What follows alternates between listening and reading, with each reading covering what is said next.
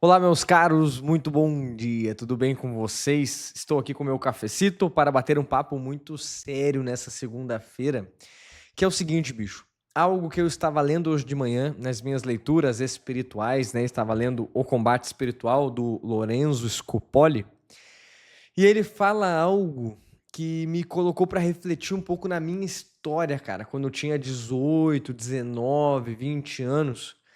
E eu descobri essa coisa que eu li hoje, né? Hoje essa coisa que eu li no livro foi algo que eu descobri de outra fonte, de outro lugar. Vou contar essa história para vocês.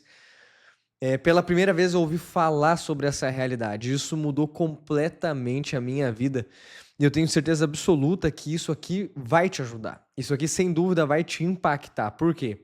Porque não é algo relacionado ao Gabriel, mas é algo relacionado ao ser humano. Então, se você é um ser humano, imagino que seja, né? Porque uma vaca ainda não sabe usar o YouTube, né? Uma vaca, um porco, um leão, um cachorro, ninguém sabe usar o YouTube. Então, se você está me ouvindo aí agora, você colocou esse vídeo, porque você já está seguindo aqui o canal, inclusive, se você não está inscrito, se inscreva.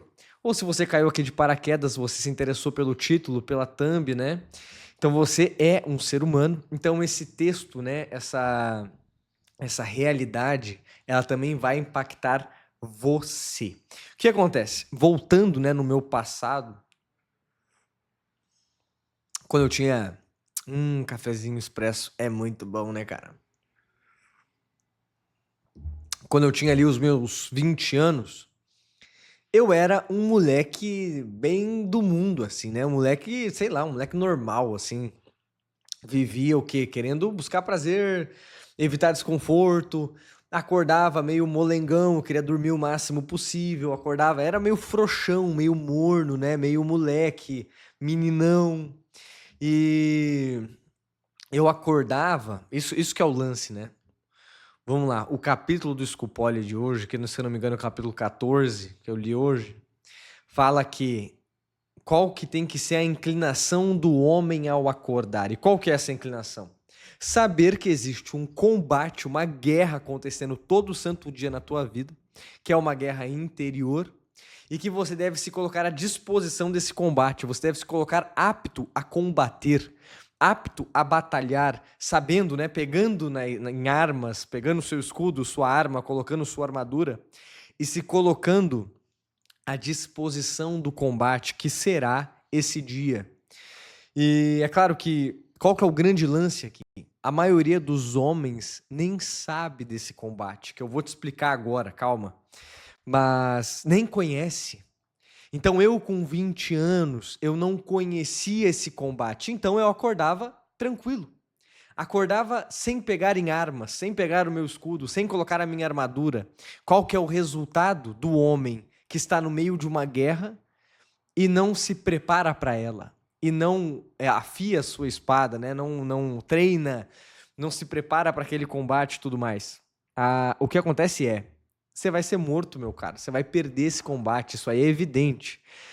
Se você ficar muito relaxado, é evidente que o seu inimigo vai entrar escondido no seu castelo e vai te matar, e matar as pessoas que você ama e tomar o seu castelo para ele. Então vamos lá. Qual que é o grande negócio? Nós temos uma falsa sensação de estabilidade. Como se nada fosse dar errado, como se a vida já tivesse meio que planejada e tá tudo certo, eu não preciso fazer nada, não preciso me esforçar. Eu tenho que fazer o mínimo possível ali para ganhar um dinheirinho, comprar uma comidinha, né, comprar uma casinha, ter um carrinho bom. Pô, se a vida me abençoar de ganhar mais dinheiro, beleza, até quero ali um Porsche, uma casa maior, uma mansão, mas também se não der, foda-se, né? Vamos seguir o baile aqui. E aí vem o quê? Vem uma tristeza muito grande. Não sei se vocês sentem isso. Eu sentia uma tristeza muito grande. E era tão grande que eu ficava. Era impossível para mim ficar sozinho por muito tempo, ou sentir tédio. Por quê? Porque me obrigava a me deparar com essa realidade, né? Essa realidade de tristeza, de fraqueza, de estar perdendo um combate que eu nem sabia que acontecia. Mas é claro que isso causa um prejuízo. Então, uma tristeza muito grande. E aí teve um dia, cara, um dia que eu nunca vou me esquecer na minha vida, que eu caí, que nem você caiu aqui num vídeo do YouTube, né? Eu caí em um vídeo do YouTube. Um vídeo da professora Lúcia Helena Galvão, né? Que ela falava sobre o Bhagavad Gita, que é uma passagem de um livro sagrado hinduísta. E o Bhagavad Gita é exatamente isso, né? É uma guerra. Uma guerra onde um príncipe chamado Arjuna tem que combater, e ele tem Krishna ao seu lado, né? Um deus encarnado, é um avatar de Krishna. E imagina, nessa época eu não tinha religião nenhuma, mas fui inserido nesse meio simbólico, né? E existe uma guerra acontecendo entre Pandavas e Kuravas. E aí a professora explica, né, que os Pandavas são as virtudes do homem e os Kuravas são os vícios do homem. E Arjuna deve combater ao lado das suas virtudes para vencer os seus vícios. E tem uma série de coisas que acontecem, né? No início ele não quer combater, por quê? Porque no fundo a gente até gosta dos nossos vícios e etc. Qual que é a grande chave aqui? Esse dia foi me apresentado essa guerra interior do homem. A professora deixa muito claro, essa guerra de Arjuna, do príncipe Arjuna, é a guerra que você enfrenta todo santo dia. E eu falei, caralho, é verdade. Existe esse conflito dentro de mim e até agora eu nem tinha me deparado, ou talvez eu nem quisesse me deparar tanto assim. No fundo, a gente não quer olhar isso com clareza. Por quê? Porque com essa clareza, tudo aquilo que sai da ignorância e se torna consciente para nós, nos obriga a tomar uma atitude. Se eu tô agindo de maneira errada e eu não sei o que é errado, tudo bem, ué. Até que eu tenho ali, eu vou sofrer a consequência daquele erro. Mas até então eu tenho ali um álibi, né? Agora, se eu sei que é errado, o peso multiplica por 10. Tanto que na minha religião, né, na fé católica, não é um pecado grave se você não sabe que aquilo é um pecado grave. Você precisa saber e consentir, falar eu quero aquilo e no fim atuar. Isso é um pecado grave. Então percebam o seguinte, uma vez que você tem essa noção, e eu tive nesse dia e tô te entregando agora, desculpa, né? Tirando você da sua ignorância, te dá a responsabilidade de agir melhor, de tomar decisões melhores. Então eu tô te falando e quero que você perceba, não quero que você acredite em mim cegamente, jamais. Mas eu quero que você olhe para a sua realidade, você olhe para dentro de você e perceba, existe uma guerra que acontece todo santo dia dentro de você. Entre aquilo que tem de mais baixo, aquilo que tem de mais bicho, mais animal, o teu egoísmo, tuas paixões desordenadas, os teus vícios, tudo aquilo que te puxa para um buraco. E vejam bem, para falta de liberdade, né? Pro contrário da liberdade, que seria um aprisionamento, os teus vícios te aprisionam. Perceba isso. E do outro lado, as tuas virtudes, a paciência, a benevolência, as coisas boas que você pode fazer pelos outros, aquilo que te faz vencer o egoísmo, né? Se tornar alguém mais altruísta. Tudo aquilo que você tem de bom está desse lado. E que o quê? Te transforma em uma pessoa livre. Então, por exemplo, a temperança é uma virtude. O que é a temperança? É eu conseguir não cair nos vícios da gula, por exemplo, ou da pornografia. Então, caramba, eu não quero fazer isso, eu não quero comer essa torta de limão. Por quê? Porque eu estou fazendo dieta. Mas eu não consigo, eu como porque eu não consigo me controlar. Isso é falta de liberdade. E quem é o homem temperante? Estou de dieta, não comerei a torta de limão, quero fazer um jejum, tá tudo certo. Esse é o cara que tem liberdade. Ele come a torta de limão quando ele quer e na quantidade que lhe convém. Isso é o homem livre, pô. É o homem virtuoso. E todos os dias é travada uma guerra entre esses dois lados seus. E quem que vai vencer essa guerra? Aquele que você alimentar mais. É como se tivesse dentro do homem uma mente divina. Vamos colocar nesses nomes, né? Uma mente superior. Ela vem de cima, nem é nossa. Ela é como se fosse uma doação de Deus. E tem no homem uma mente inferior que vem dos demônios, sei lá, vem dessa, o que seria o pecado original, vem da resistência, vem desse lado do homem que é meio animalesco, meio bicho mesmo. Ele é uma realidade, ele existe dentro de nós. Ele não pode ser negado, ele tem que ser combatido e administrado pela mente superior. E aí existe um meio termo, que é para nós a nossa mente superior, né? É a nossa razão. Ela não é nem divina, mas ela também não é animal.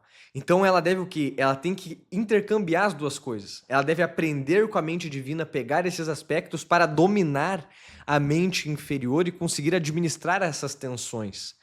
Então, no caso, é servir ao mais elevado para poder dominar o que há de menos elevado. Esse é o caminho do homem que busca a maturidade. Então, qual vai ganhar dentro de você? Aquilo que tem de mais elevado, mais divino, ou aquilo que tem de mais animalesco e baixo? E quando nós não sabemos que existe esse combate, nós não nos preste atenção, isso é muito importante. Você conhecendo o combate, você se preparando para ele, você dando duro, se esforçando, é difícil de vencer esse combate. Quem aí tá no combate sabe que é verdade. Imagina se você nem conhece seu inimigo, se você não sabe que você tá lutando, você não sabe porra nenhuma, você só vai pro seu dia existir, viver de qualquer jeito. Meu caro, você já tá fudido, você já perdeu essa luta, entendeu? É impossível, esquece. Você já tá dominado. E aí aqui eu trago um exemplo, né? Eu olho aqui pro lado porque eu tô agora construindo um mapa mental para não me perder no argumento do que eu quero falar com vocês. Vamos ver se vai funcionar esse negócio. Mas eu trouxe aqui um exemplo que são os espartanos. O que é muito massa, cara? Os espartanos foram uma sociedade guerreira, uma das, talvez a maior sociedade guerreira da história da humanidade, ou pelo menos do Ocidente. E o que acontece? Eles se preparavam para a guerra arduamente. O homem ia para o exército quando ele fazia 7 anos, ele começava o seu treinamento, era tirado da sua família para começar a treinar. Eles se preparavam para a guerra, por quê? Porque eles sabiam que esse era o preço da sua paz. Se eles não soubessem lutar, eles seriam dominados por um povo que sabe. Então, é claro, né, eles participaram de inúmeras guerras e vários outros povos tentaram dominá-los. Por exemplo, os próprios persas, na história dos 300 de Esparta, nas Termópilas, né? É uma história muito famosa. E o que acontece aqui? Eles sabem que eles precisam treinar e se preparar e se tornarem peritos na guerra para continuarem livres, para continuarem professando a fé que eles querem professar, lutando por aquilo que eles acreditam. Porque quando o Xerxes chega em Esparta, ele não fala assim, vou matar vocês todos. Eles falam assim, eu deixo vocês continuarem aí, mas se eu chamar, vocês têm que lutar por mim. Ou seja, não lutar pelo que vocês acreditam, mas por mim. Os espartanos não aceitariam jamais isso. Nós não lutamos por um homem que nós nem sabemos quem é, né? Um homem de outra cultura, de outro povo, lutar nos seus interesses. Nós lutamos por aquilo que nós acreditamos. Então essa é a liberdade que os espartanos querem preservar e de certa maneira preservam, né? Até certo ponto. E o que é o homem que reconhece essa guerra interior? É o homem que deve treinar, mais ou menos como um símbolo espartano, né? Deve se preparar para a guerra, para quê? Para se manter livre. Deve se preparar para a guerra para quê? Para ter paz, entende? O homem que não sabe guerrear, não sabe lutar, não sabe se defender, é um homem que não tem paz. Qualquer momento ele pode ser atacado, em qualquer momento ele pode ser tomado. E voltando para... outra coisa importante, né? Tá vendo como o mapa mental é bom? Eu quero te falar o seguinte, cara. A maioria dos homens não é fraco por acidente. São fracos porque foram treinados a não combater. Foram treinados a serem fracos. Perceba isso. O governo quer te ver fraco. Pra quê? Pra você ser fácil de manipular. As mídias querem te ver fraco. Por quê? Porque elas querem que você compre tudo aquilo que eles falarem que é bom pra você, que você não pense o que você realmente precisa. Então é do interesse de gente muito forte e poderosa e que manda nos filmes, nos comerciais, nas propagandas, que você seja frouxo, fraco, morno, fácil de manipular. E como combater então, né? Scupoli tem o seu livro, né, Combate Espiritual, que é o que eu tô lendo agora todo dia pela manhã. E perceba o seguinte, não é um manual de oração simplesmente, é um manual de guerra. Quando ele fala combate espiritual, é esse combate interior, ele está te preparando para ele. E ele coloca 4 armas nessa ordem. A desconfiança de si mesmo, a confiança em Deus, o exercício, né, que seria a ascese, vamos falar um pouquinho, e a oração. São as 4 ferramentas que se o homem não pratica, esquece. Você não vai ganhar esse combate jamais. E o primeiro, desconfiança em si mesmo. Ou seja, humildade. Sem humildade, o homem não chega em nenhum lugar, porque se você colocar muita fé em você, você vai entrar em desespero. Por quê? Porque você é fraco. Simples. Nós somos fracos. Nós, seres humanos, lembra do pecado original?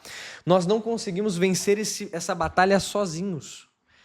O demônio, ele é astuto. Os vícios, eles são muito poderosos. O mundo, ele é muito sedutor. Então a gente pode até tentar sozinho. A gente até consegue chegar em um certo patamar sozinho.